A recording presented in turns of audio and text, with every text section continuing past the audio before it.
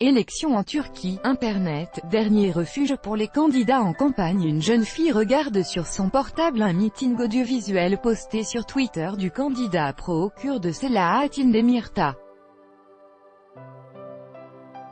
Reuters, Sertak Kayar. Dans ce pays où l'état d'urgence a été renouvelé une 7e fois en avril, le président Erdogan occupe quasiment tout l'espace médiatique de la campagne.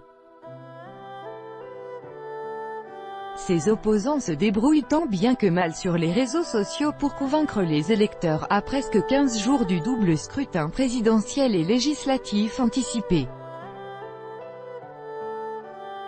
C'est le cas de la candidate de la droite nationaliste Meral Akşener, elle libre de ses mouvements, et du candidat kurde en prison Selahattin Demirtas.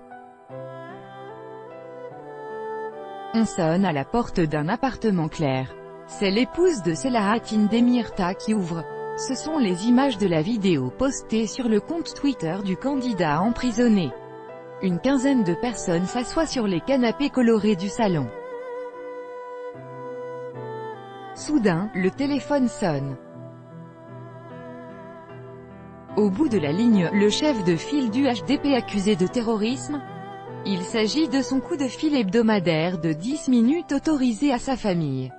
Mais celui-ci se transforme en discours politique via le haut-parleur du téléphone.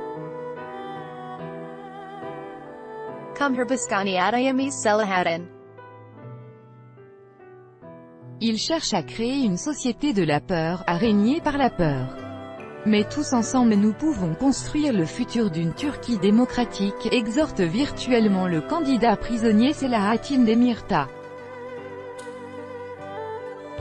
Reportage, Turquie, le HDP bataille pour faire campagne Internet, le candidat pro-kurde n'est pas le seul à en faire un refuge. La nationaliste Meral Akşener a elle choisi Google AdWords, la régie publicitaire du moteur de recherche, lorsqu'un internaute tape le mot-clé « jeunesse », le résultat qui s'affiche est « la tranche d'âge oubliée par le gouvernement ». Et s'il tente, le nom du parti au pouvoir, c'est pour lire ensuite, désormais, il y a mieux.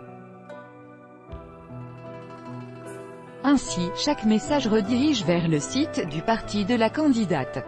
Internet reste surveillé en Turquie, poster un message critique vaut un passage au poste de police ou derrière les barreaux. Les élections du 24 juin, législatives et premier tour de la présidentielle, sont particulièrement importantes, car elles marqueront l'entrée en vigueur de la plupart des mesures de renforcement des pouvoirs du président adoptées lors d'un référendum constitutionnel l'an dernier. RECOUTER, géopolitique, le débat, qui pour contrer Recep Tayyip Erdogan ?